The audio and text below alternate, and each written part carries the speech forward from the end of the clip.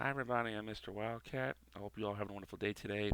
This is a very special video that we're uploading. So today we are paying tribute to Bob Barker, longtime game show host. Those of you who do not know by now, Bob Barker passed away in the early hours of last Saturday, August 26th. He was 99 years old. And for those of you wondering, how close did he actually make it to 100? He was almost there. 3.5 months to be exact. Okay, so very sad. He's one of the few people I would have loved to have seen make it to 100 years old, but unfortunately, um, but instead of that, Bob Barker he wound up hitting a he wound up landing himself right inside that 99 curse. A lot of people, okay, they make it to 99, but they can't seem to make it to 100, and this will go down in the books as Bob Barker making it as close to 100 as he could without going over, or hitting closest to $1 without going over. Might add. So today we are paying tribute to Bob Barker. I'm going to explain some of my personal experience, like first time I ever recall seeing Bob Barker and everything else. I never actually met Bob Barker or made it to Television City in Hollywood, and I know some of you guys might have done this. So if you guys have a personal experience you want to share with Bob Barker that is appropriate, send it in the comments below and I will approve it if it is acceptable enough. Okay. And I'll explain more in a little bit. Okay. But right now, let's take a look at the life of Bob Barker. Okay. So Bob Barker was born December 12th, 1923 in Darrington, Washington. Those of you wondering where Darrington, Washington is, it is up in the it's up in the northwestern part of the state, just to the east of Seattle. So let's see, or at least the county is like Seattle. Okay, so about a little bit to the northeast of, slightly northeast of Seattle. Okay, it's a town in Snohomish County in Washington State, located in the North Cascades Mountain Valley, formed by the Sauk and Norfolk Stillinghamish rivers. Apologies if I fucked up the pronunciations. Okay. It has a population of about 1,347 people as of the 2010 census. Non-indigenous settlement in the area began in 1891 at the site of the Skagit campsite between the two rivers near the traditional home of the Sauk Soado tribe. Okay, so all right, and then let's see. Bob Barker is mostly famous for hosting The Price is Right, the longest running game show in North American television history, from September 4th, 1972 through June of 2007. Okay?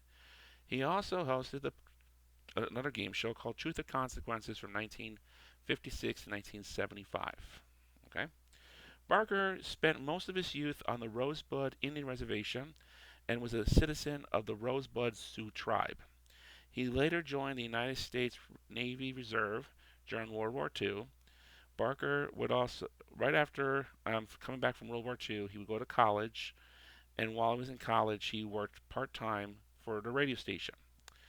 In 1950, he wound up moving to California in pursuit of a broadcasting career, which he quickly got his own radio show called The Bob Barker Show, which ran for 6 years.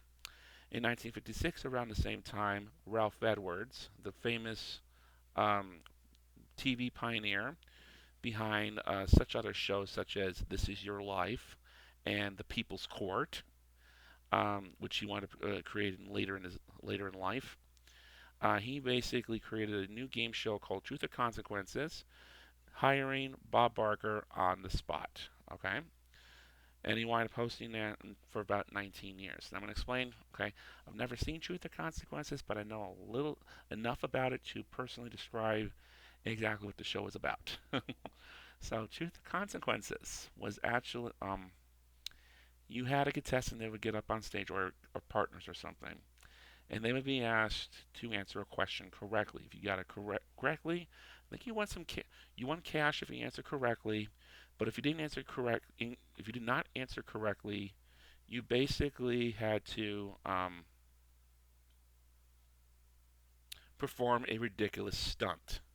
Which, if you were successful, which you, if you successfully um, completed the stunt, you got money for it. So let's take a look. Okay, at the gameplay. Okay, so contestants received roughly 2 seconds to answer a trivia question correctly, usually an off-the-wall question that no one will be able to answer correctly, or a bad joke, before the Balua the buzzer sounded.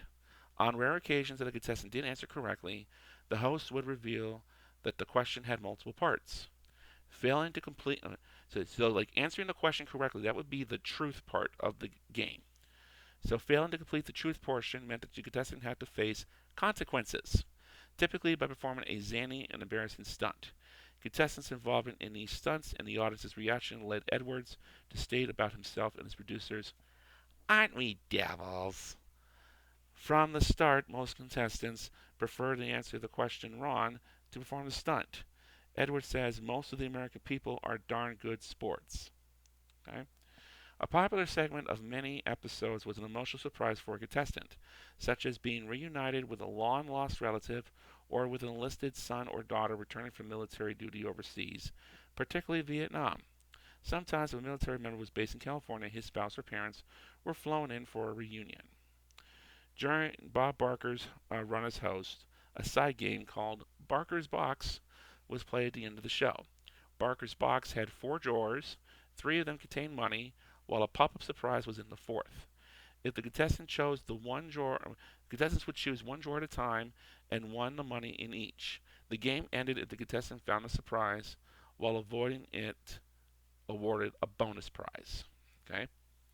Barker traditionally ended each episode with the phrase, "Hoping all your consequences are happy ones." Okay. In one 1994 episode of The Price is Right, he stated to deliver that closing, but caught his mistake and covered it by saying, "Hope all your prices are right."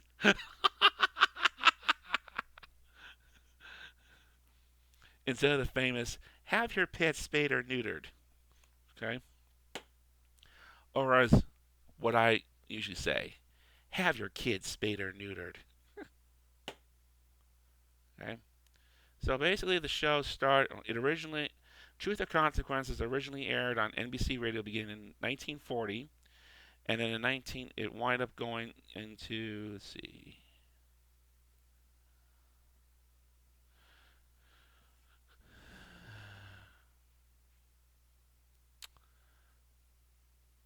show had not returned.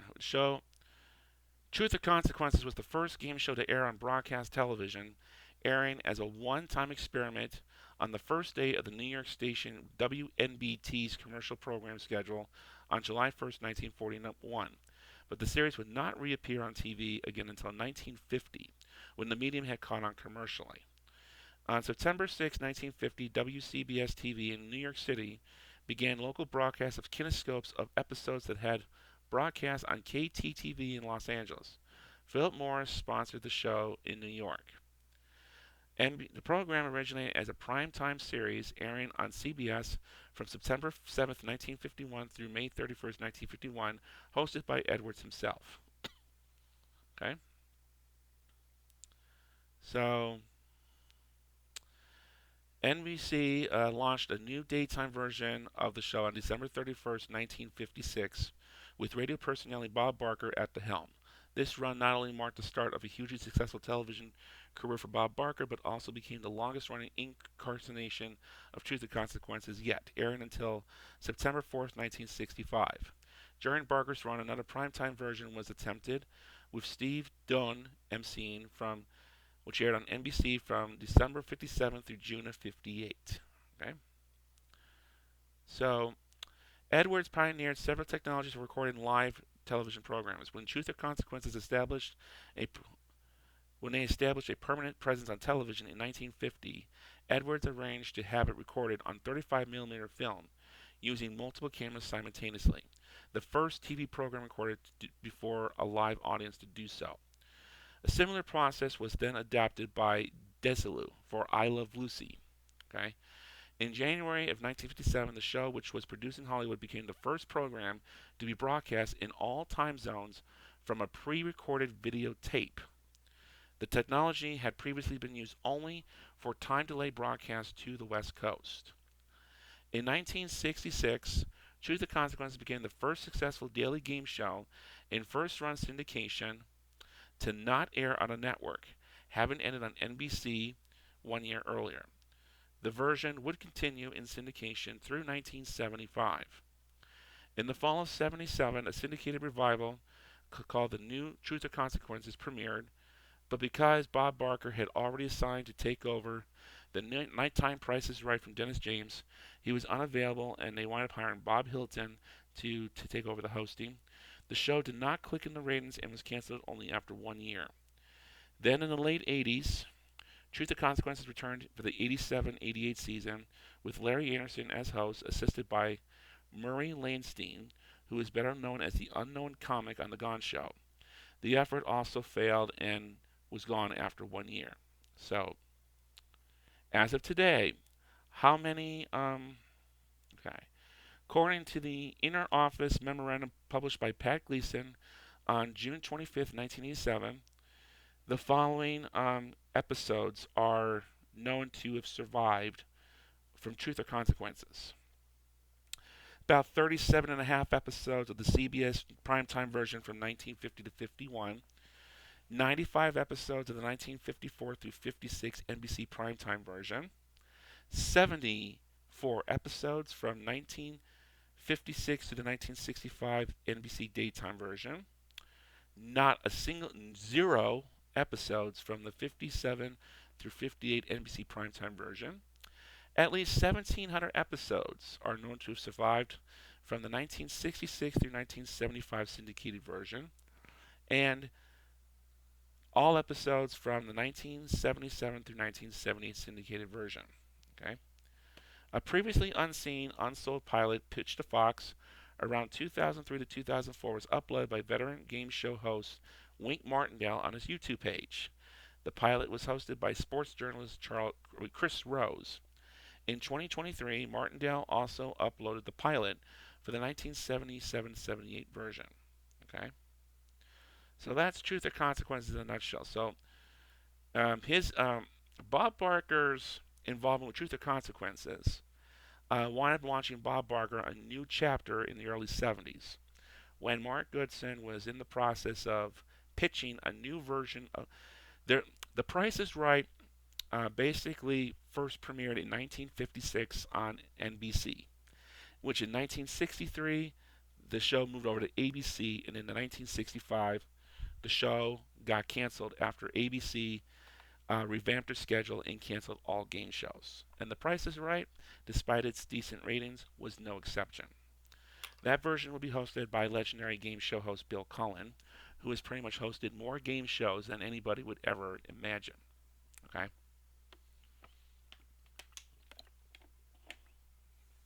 Okay. So in 1972, Mark Goodson decided to bring back The Price is Right, except this time he'd be pitching it to CBS, and they decided on hiring Bob Barker, who had been hosting Truth or Consequences for quite a while. Because Truth or Consequences at the time was in syndication, there was no restrictions on Bob Barker being allowed to take another hosting gig on daytime network television. Okay, some of these game show hosts, like, they had restrictions on, like, what if they were to take another show. There was restrictions on where they can go. One example being Pat Sajak. Okay, he was hosting Daytime Wheel of Fortune on NBC daytime television, and in 1989, CBS wanted to hire him to host a late night talk show opposite of Johnny Carson. Because the show was going to be on a competing network, Now, of course, Pat Sajak's late night talk show was not going to be competing against Daytime Wheel of Fortune, but because he was going to be taking a job on the opposite network, he was forced to give up his hosting gigs on the network Wheel of Fortune.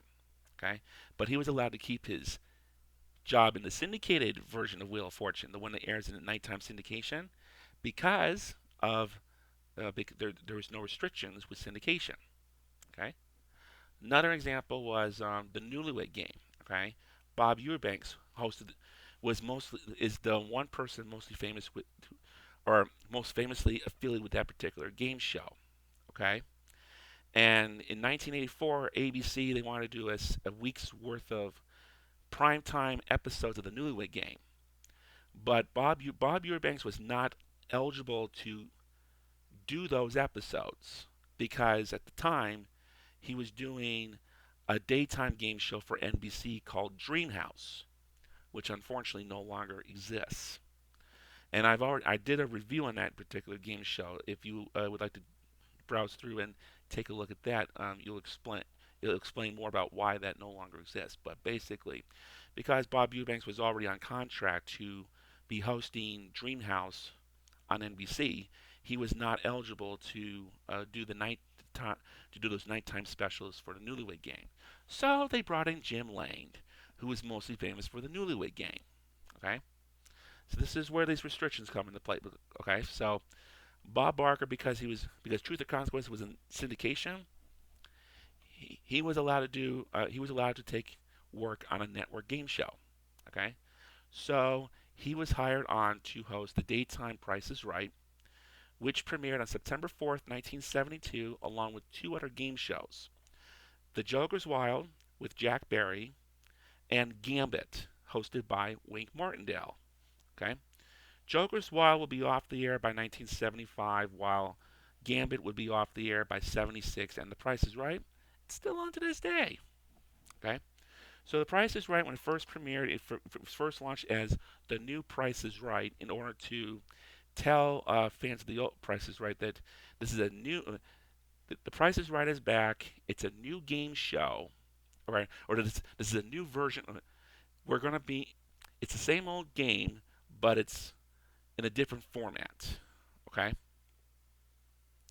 so I've never seen the '60s version of The Price is Right, so I wouldn't be able to tell you what it's about. But basically, in on the Bob Barker Price is Right, so basically you four contestants were called on down to the state to contestants row. That's what they called it. Okay, four spots in the front row of the audience. Okay, it's one of the few game shows. Okay, Let's Make a Deal was primarily set in the studio audience. Okay, and then The Price is Right would be another one that would be partially set in the audience. Okay, but like there was a few game shows that actually had active participation in the audience, and The Price is Right had partial participation. So basically, they would call contestants down, okay, and then like you basically would play three pricing games, okay. Like an item would come up for bids. The four contestants would place one bid each, rounded to the nearest dollar, and the contestant who came the closest without going over, they won that prize, and they were invited up to the stage to play a pricing game, okay, for a chance to win additional prizes, okay. So, okay, and of course, if all four contestants overbid on the first one, uh, uh, you guys have all overbid. Lowest bid is $500. Erase all bids and go lower than $500. Okay. And then after, okay, they placed their bids. As long as at least one of those contestants was underneath the actual retail price, no indication would be there would be no there would be absolute okay, there would be no sound effects whatsoever, and it would allow the Bob Barker to say, okay, and the actual retail price is $599, and the actual retail price is $499. You win, Cindy. Ding, ding, ding, ding, ding, ding. Okay, so they started off with a couple different games, and then as time went through, they kept adding additional prizes.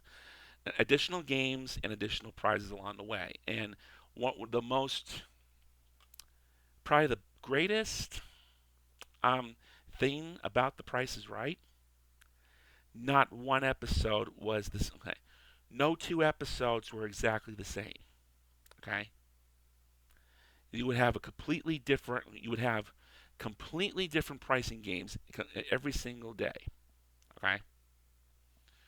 Now, in the early years of The Price is Right, it was only 30 minutes long. So what they did was they did 3 pricing games, and after each pricing game, they would call down a new contestant to fill in the empty gap, and then they would do another item up for bids, and whoever came closest without going over on that came up to play another pricing game. They would do that until 3 pricing games were played, and then after that third pricing game, they would take a look at which out of those 3 contestants who came up to play a pricing game, who were the biggest money makers of the day, and then those 2 would be allowed to participate in the showcase round, which was brand new to which was introduced during the Bob Barker era.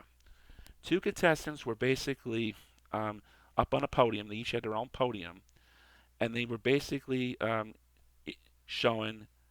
Each of them were given a showcase to bid on.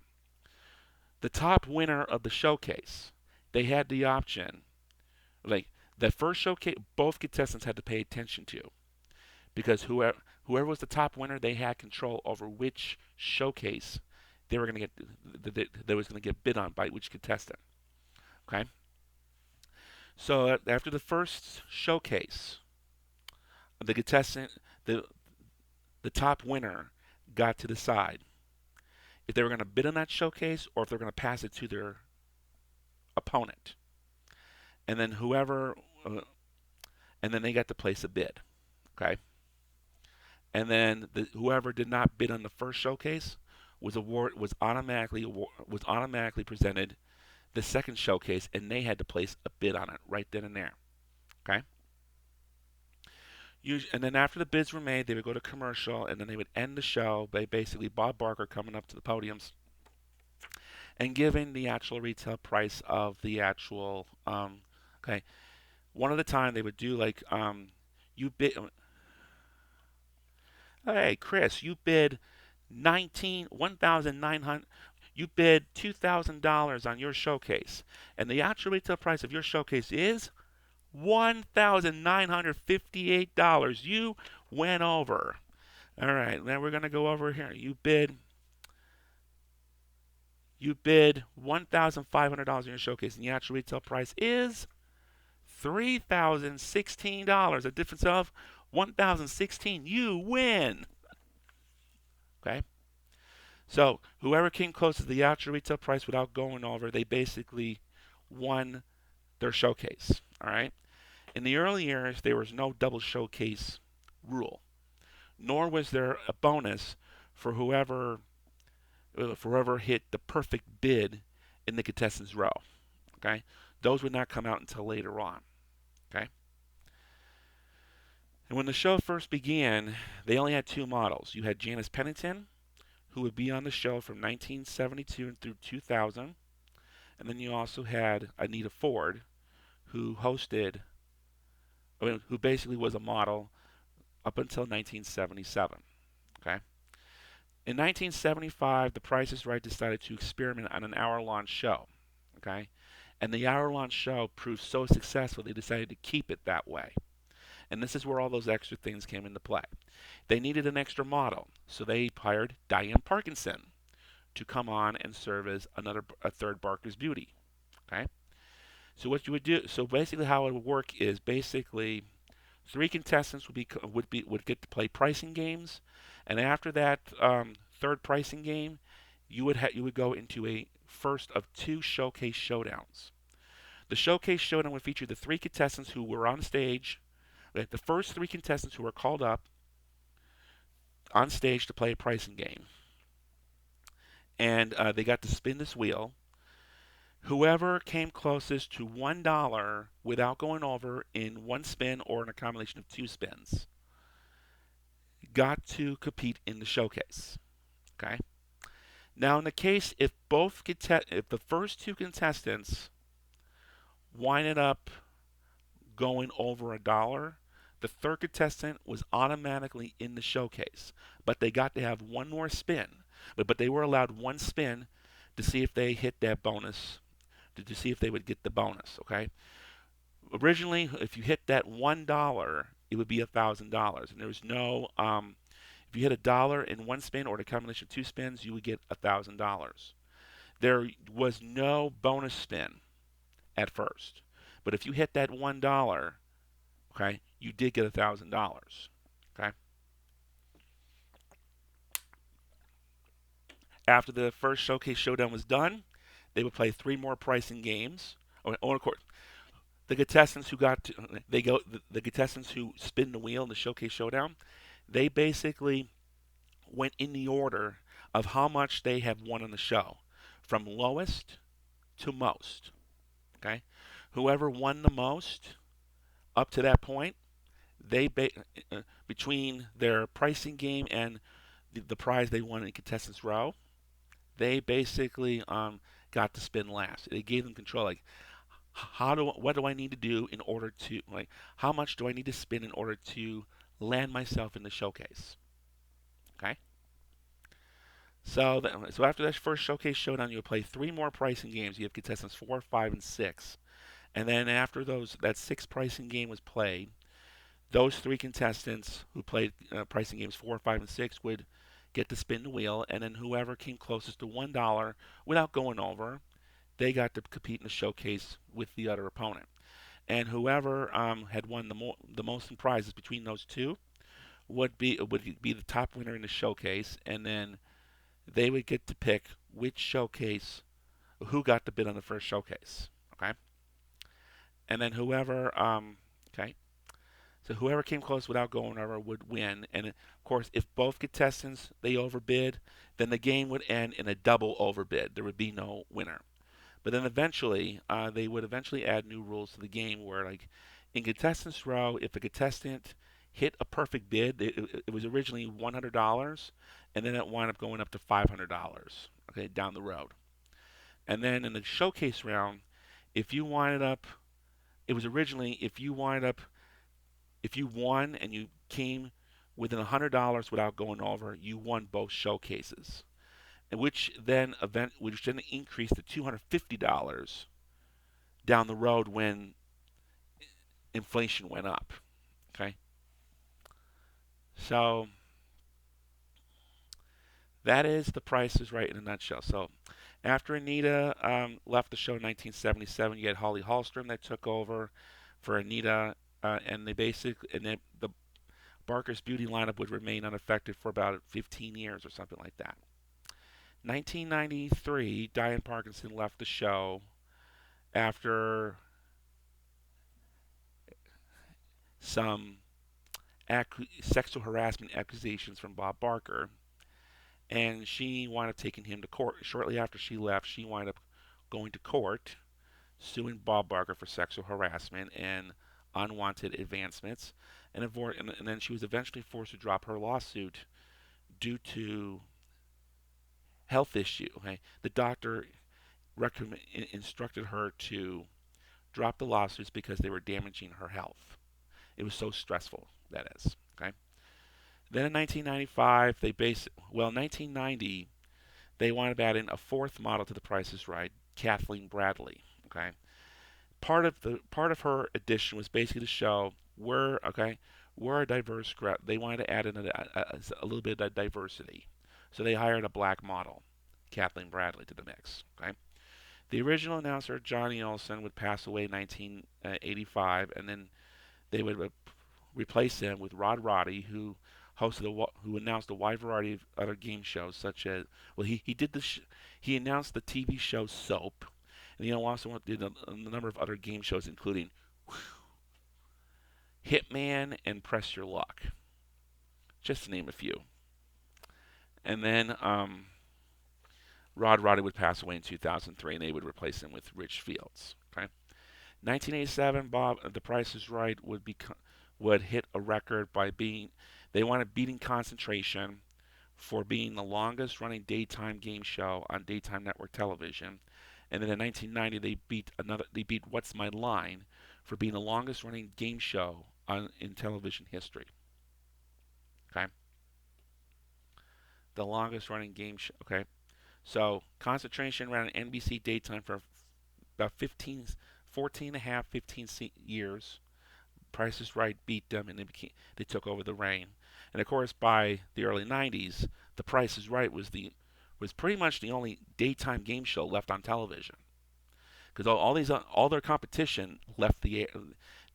Game shows had faded away and they got replaced by these raunchy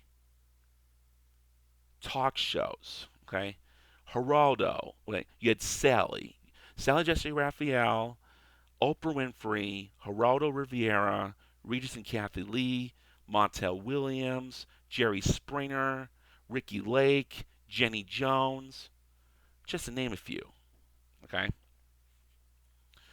they wanted talk shows. They didn't want game shows anymore. They wanted talk shows. They didn't. This is because they were cheaper to make and they brought in decent audiences. I don't know what their definition of decent audience was, but The Price is Right survived. It basically outlived all those raunchy talk shows. Okay, so the joke's on them. Okay, and also while all these soap operas were starting to in for, during the late '90s through the 2000s and even into the early 2010s. So from like 1999 through 2012, 2013, these daytime soap operas were starting to drop one by one by one. Starting with Another World, NBC canned Another World in 1999 after 35 years on the air. They replaced it with Passions, which only lasted for 8 years in 2000. That was canceled in 2007.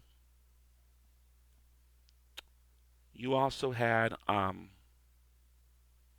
see, ABC. They had a short-lived soap opera called Port Charles that only ran from '97 to 2003. But the major cancellations would not hit until the late 2000s. You had Guiding Light, which was pulled off the air in favor of a rebooted version of Let's Make a Deal, which was a very smart move because it gave The Price is Right a little bit of okay. It gave them some company to work with. Okay. They also NBC decided they came very close to doing a reboot of Concentration in order to compete with Let's Make a Deal. But they changed their mind at the last minute and replaced it with a fourth hour of the Today Show with Kathy Lee Gifford. Ugh. Sorry, I had to do that.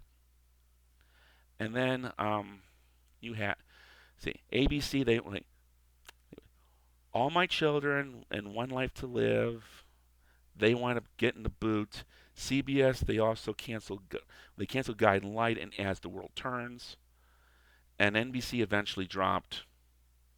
They eventually dropped Days of Our Lives. So, what do you have left on daytime television? CBS, you have The Bold and the Beautiful and Young and the Restless for soap operas, and then you have The Price is Right and Let's Make a Deal for game shows. NBC, nothing. Okay? ABC, The View. Ugh, that's even worse. You have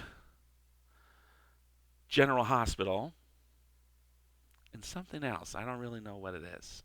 Okay? There were talks about rebooting the $20,000 pyramid or the Newlywed Game / dating game. Those were eventual talks when they were canceling these soap operas. But eventually they gave part of it back to the local affiliates and they replaced the other stuff with local talk shows. Okay?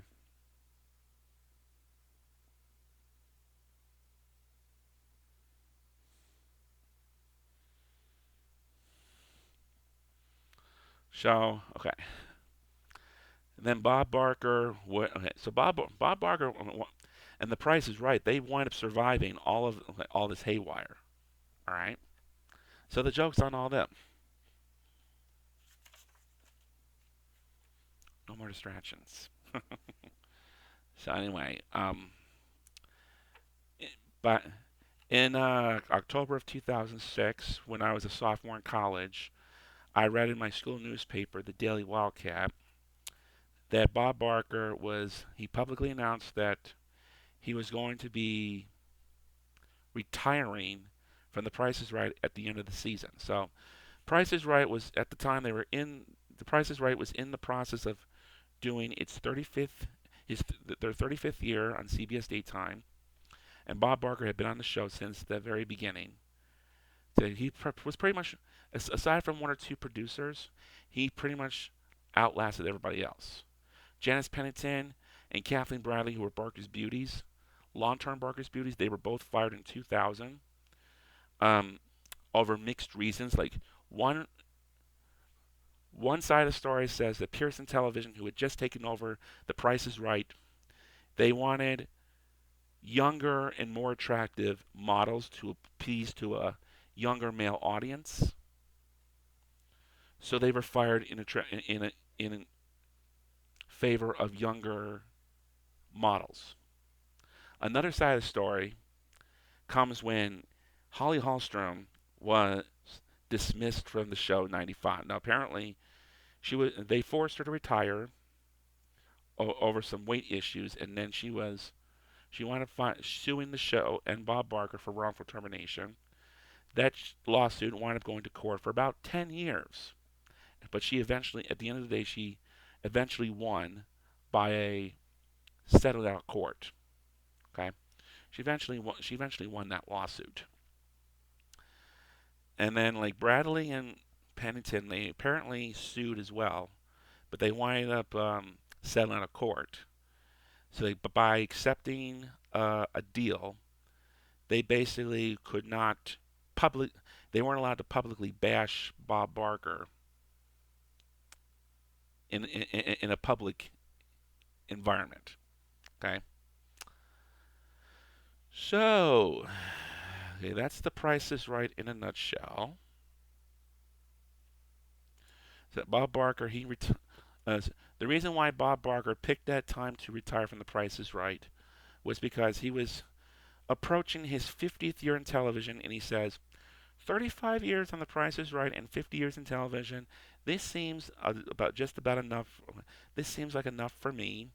So I feel like it's time for me to step away and go into the sunset and let someone else take over the reins. So Bob Barker wind up, let's see,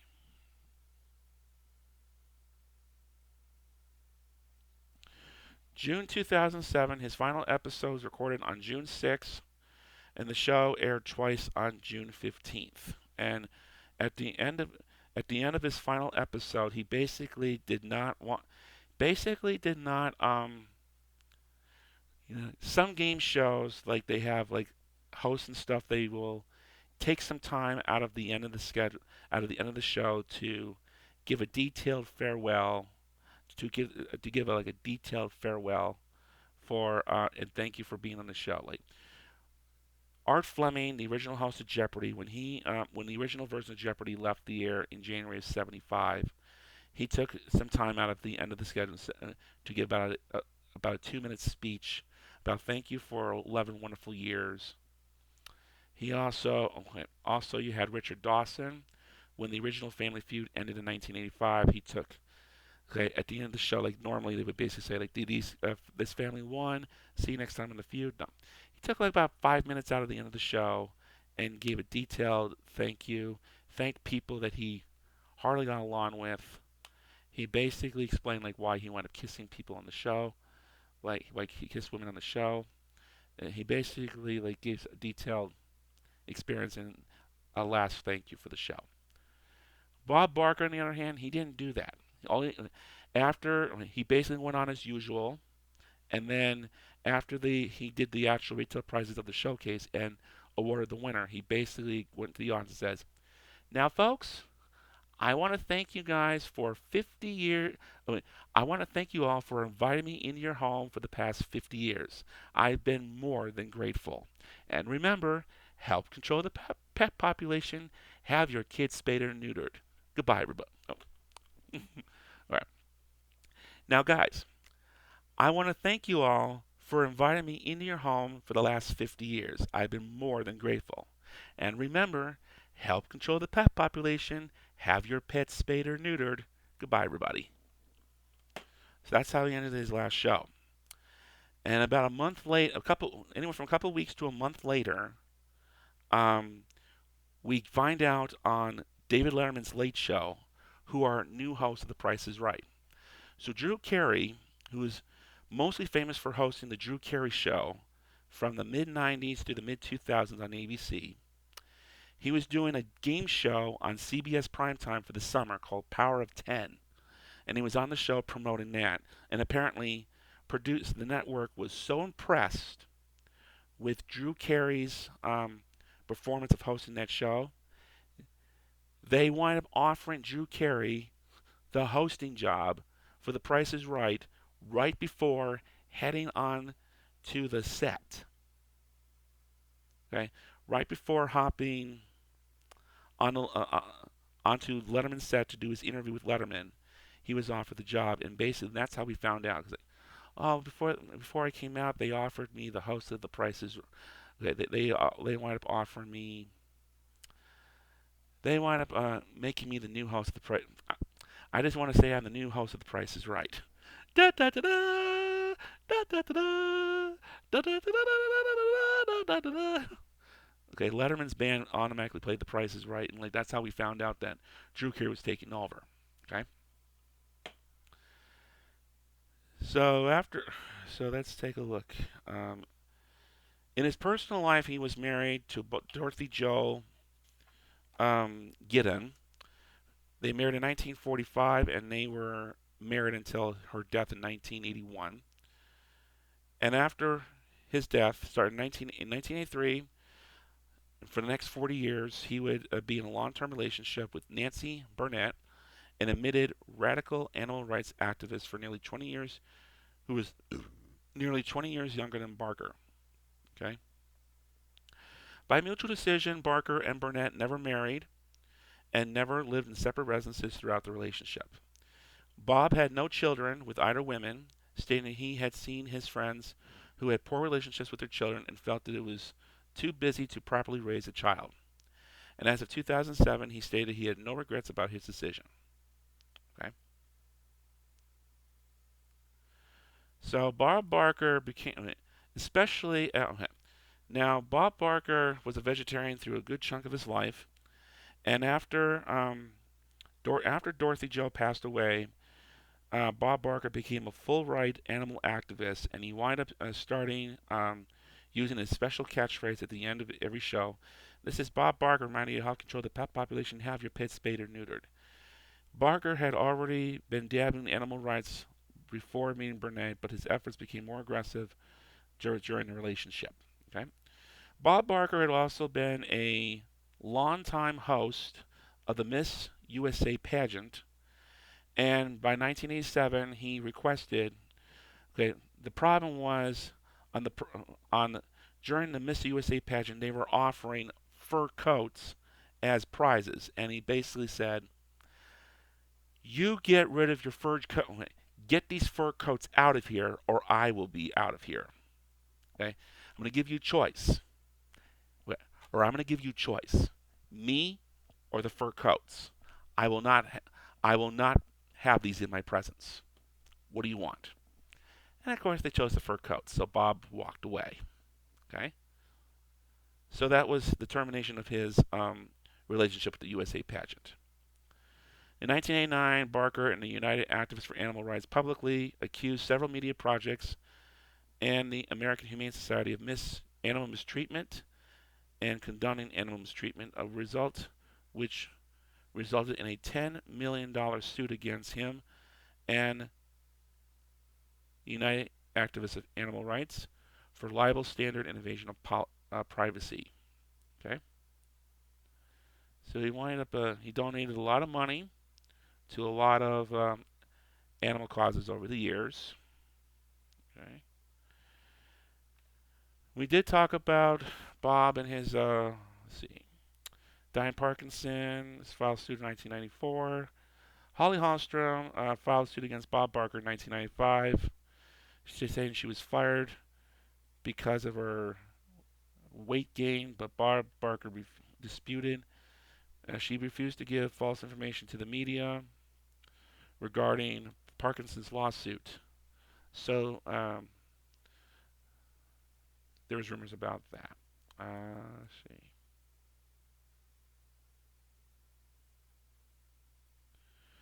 He wound up dying of natural causes on August 26th. He let's see, what else do we have here? Oh yeah, couple of major impacts on The Price is Right. In 1982, when he began his Animal Rights Act, prior to 1982, Price is Right was known for giving away fur coats, most notably on the nighttime version. Okay, when he started becoming a full right animal activist, he demanded that they stop giving away fur coats as a prize on The Price is Right. So they wind up. So by 1982, it was as the show was entering its 11th year, it was the introduction to the end. That was the first time that they had banned fur coats from being offered on The Price is Right. In 1991, Bob Barker also prohibited foreign cars for being offered as prizes on The Price is Right. And it wasn't because of animal fur being used on the car seats or something like that. No, it was his way of saying buy American. He didn't want foreign products, especially foreign cars, on his show because it defied the buy American scheme. Now, after Bob Barker retired, they brought the foreign cars back onto the set. Okay, and when Drew Carey also came along, they also brought on something that The Price is Right never had under Bob Barker, a male model. Okay, now Bob basically he refused to have male models on his show because he wanted women to look specifically at him. Okay, he got jealous. He was jealous that the women were gonna like the models better than they were gonna like the male models better than Bob, and he wanted the man. He wanted the women looking. They wanted him to look directly at him. Okay, so he didn't allow it. Drew Carey, on the other hand, he said, "Okay, we are okay." He basically made it wide open. Okay, and he even recognized them by their names. Okay, unlike Bob Barker, like after those long-term Barker beauties had passed away, even after Rod Roddy passed away, it became to be more all about Bob Barker instead of about the show as a whole. Okay, instead of it being about a family, it was about Bob Barker. Okay, or at least that's how I felt like it. Okay, so Bob, in addition to hosting these game shows, Bob Barker had appeared on a wide variety of other shows. So he was he was a semi-regular game show panelist on a CBS game show called Tattletales in the mid 1970s with Bert Convy as host. So Tattletales, you had three celebrity couples that were on the show, and their job was to basically match. They were asked questions. Okay, you had like the three husbands were okay would be up at the podium, and the wives would be in an isolated soundproof booth. They'd be asked questions, and their job was to try to match and try to answer the questions. Okay. He also did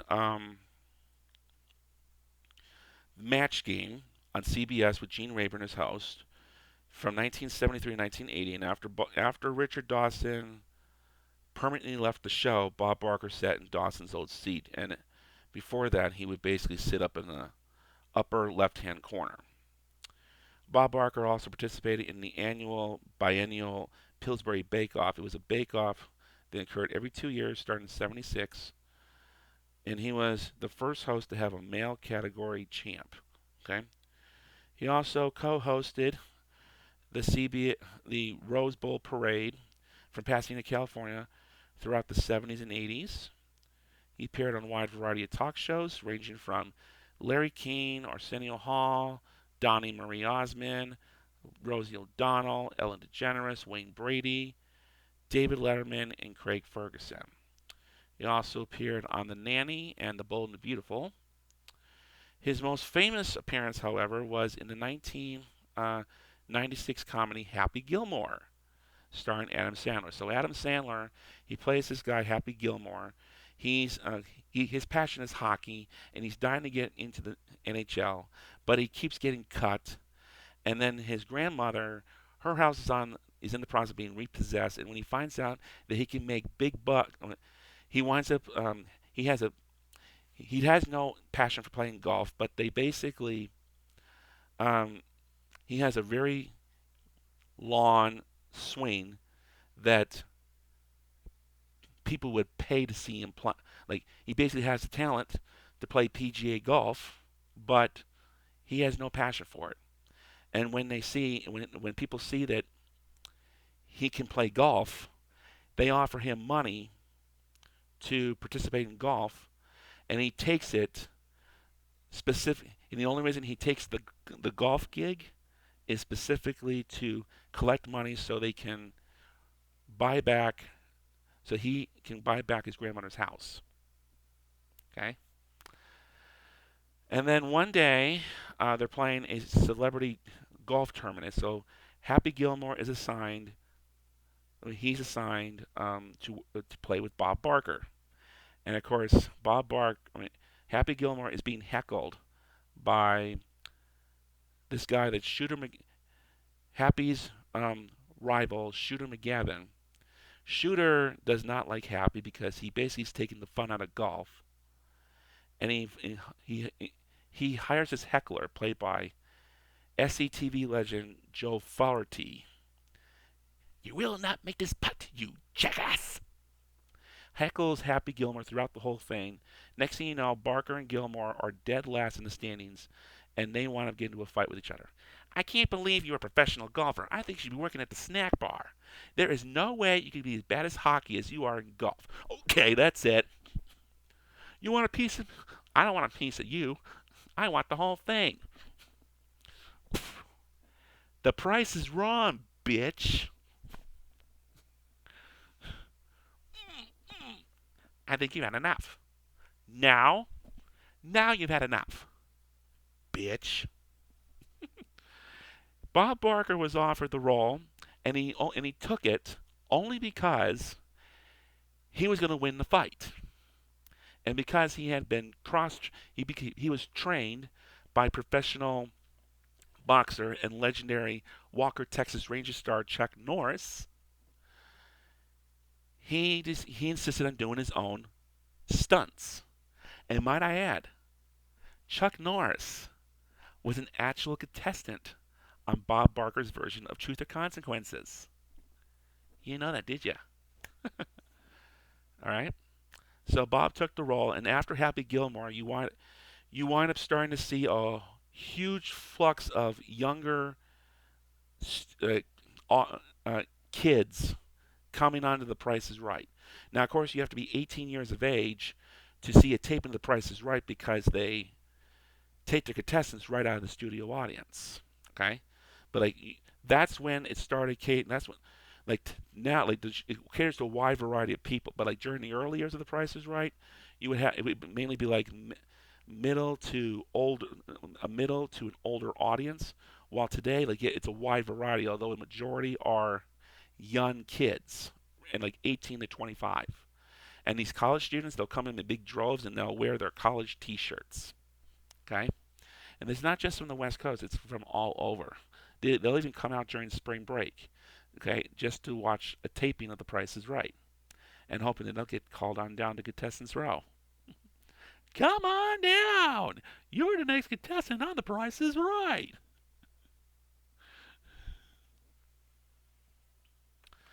All right. What other?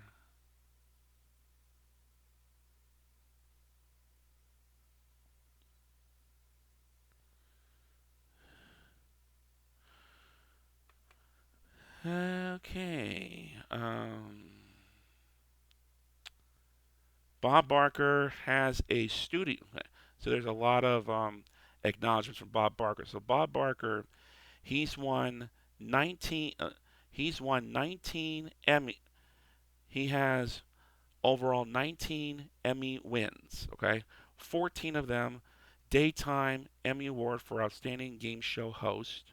He's also won 4 Emmys as executive producer for The Price is Right. Price is Right won 4 Emmys for Daytime Emmy Award for Outstanding Game Show. And because Bob Barker had been an executive producer since 1988, he got to win 4 of those Emmys. And he also won a Lifetime Achievement Award presented at the 1999 Daytime Emmy Awards, which I believe was awarded by Rosie O'Donnell. Uh. That's another. Clang, clang, clang with the trolley. This side only. Ding, ding, ding with the bell. Zing, zing, zing with my heartstrings. From the moment I saw them, I fell. Oh God, let's change subject, shall we? He's also Bob Barker has a Studio 33 at CBS Television City is named in his honor. Time Magazine also ranked him as the greatest game show host of all time. And he's also won a GSN or Game Show Network Lifetime Achievement Award. He also has a star in the Hollywood Walk of Fame.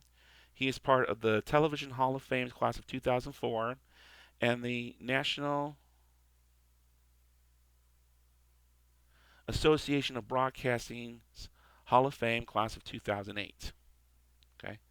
He also has an autobiography, Priceless Memories, which was published on April 6, 2009. Bob Barker, he returned to the show 3 times. Bob Barker returned to the Price is Right just 3 times after his retirement. The first was in 2009 to promote his autobiography, which he wound up giving a free copy to each member of the studio audience. He would return in 2013 to celebrate his 90th birthday, and then 2015 for a very special April Fool's prank. Okay. After that, Bob Barker officially retired, and he had rarely been seen in public. Okay. So, when's the first time I got to? I remember watching Bob Barker throughout grade school and even high school. Okay. So my first time I remember seeing Bob Barker or The Price is Right was back in the early 90s. Everything was on 91, 92. I was I was in the half day Montessori program in Stella Niagara, a school which I regrettably wish I had never attended. Okay, but basically we would go at 8 o'clock in the morning. We'd be out by like 11 o'clock. It would only run to like 11 o'clock, 11:30 in the morning. And my mother, who was who had been out of work for 5 years because of that fucking principal sister Nicholas Macarena, that fucking piece of shit. Waiting for her to, can't wait for her to die. So my mother would come pick me up from school after the half day. She'd take me home, and of course, The Price is Right would the second half of The Price is Right would be on the air. So we would catch like the fifth or sixth pricing game. We would have those showcase showdown and the showcase. Okay, but of course, I wouldn't be understanding how the game would be played until later on. But like we would stay home and we would be watching that, and then whenever I was homesick, which was very rare, like even during the summer when we were on summer vacation, there would be a time we didn't religiously watch it from time to time, okay, but we would watch it every once in a while. The episodes of The Price is Right. So it wouldn't be about till the eighth grade where I would be watching The Price is Right religiously. On my days off, I would make sure that I would be watching. It would be a must-watch thing for me. Okay, when I was off of school. Okay, and then of course when I graduated from the eighth grade, I got a television, and then about 6 months later, for Christmas, I wound up getting a VCR, and I started recording episodes of The Price is Right when I would be at school. So I'd be watching that. So this is around 2001. Okay, so you still had Rod Ronnie as host. You did not have there was no Janice Pennington, no Kathleen Bradley, no okay. You wouldn't have them. You would have like you still had Bob Barker and Rod Roddy. So which made the show still watchable. So there would be times where I would be religious. I would be watching that um, when I was off of school, and then I would tape. There would be episodes I would tape, and of course, if it turned out to be a monumental episode, just like the 6,000th episode or addition to a new pricing game or a particular or special milestone that happened, the Price is Right, I would make sure that I would not be taping over those episodes, and I would keep those intact. And I still have, and those particular episodes I still have. Okay, believe it or not. So and then I remember what I will never forget when I remember watching Bob Barker's final episode. And I was, of course, in college in between my sophomore and junior years of college, and I was working conference services at the University of Arizona. So we got to work at the front desk, and the desk I wound up working that morning, it had a TV in the lobby, and I would tune into the price, and I would make sure that the Price is Right would be on. Okay, and okay, it was a bittersweet moment, but of course at the time it was for me to help accept the fact that he was not going to be on the that he had to step away. No, that didn't last forever. Okay. Game Show Network did air reruns of The Price is Right from 1994 until 2000, but then in 2000 there was a separate contract for most of the other Goodson Tommen game shows. So they because there was a contract dispute, like Game Show Network wound up losing The Price is Right, and they were never gotten their hands back on since. And of course, CBS is very reluctant against airing reruns of The Price is Right on TV, fearing that it would be direct competition with Drew Carey's episodes of The Price is Right that are still in progress. And they would also fear like his ratings, if Bob Barker's episodes were to air, that people would stop watching Drew Carey's. Okay, that's another possible thing too. And then there's also another thing where Bob Barker had specifically, or he had explicitly requested, to say the very least, that no episodes of The Price is Right would air featuring any episodes of The Price is Right from the first 10 years that featured fur coats would make it back onto the air. He, because it would make him look like a hypocrite. Okay, but of course he didn't start becoming an animal activist until many years after The Price is Right premiered. So they were airing these fur coats. Like even the Game Show Network was airing reruns of The Price is Right. They were they would air episodes in through. He would air like they would air like 70s episodes of The Price is Right from the 1970s, but they weren't allowed to feature anything featuring fur coats. Okay, and then in 2000, all this online streaming, Pluto TV was given the green light somehow to create a new channel called The Price is Right, the Barker era.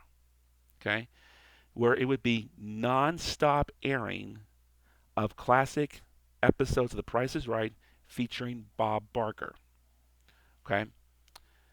Now, of course, they decide instead of starting back in 1972, they decided instead to start.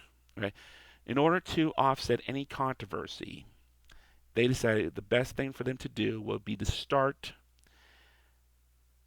when the fur coat policies, when the fur coat bans were officially put into place, which would be in the fall of 1982. So they started airing episodes at the beginning of season 11, and they would air every single episode, okay, consistently through, okay. and it would be non-stop Prices Right. That's something that you probably would not a a network you probably would not get me to tune away from. Okay. Of course, my father would say like, "Oh, that's living hell as it is." Okay. Of course, my mother, she remembers watching The Price is Right with these lovely models when she was growing up because like, she was a teacher, so she would get the summers off. So she would be watching Price is Right during the summer, and then there was also a 5 year grace period where she wasn't working because that fucking asshole is still on Niagara. So she'd be watching. So in addition to taking care of me and my two younger siblings, she would also be sitting down watching The Price is Right. Okay.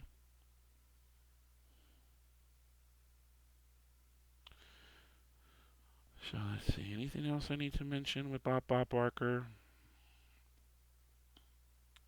So Bob Barker, we do appreciate everything you've done. Okay, good or whether it's good or some of it's most of it's been for good, and then even now, and regardless of whether it's good or bad, we appreciate all the success that you have left on us and TV and all of us who grew up watching you on daytime television. Will never like we don't know what we're gonna do without you. Okay, I personally stopped watching The Price is Right at least on a regular basis after Bob Barker retired because Drew Carey, he wanted to take in Bob Barker's advice pretty well.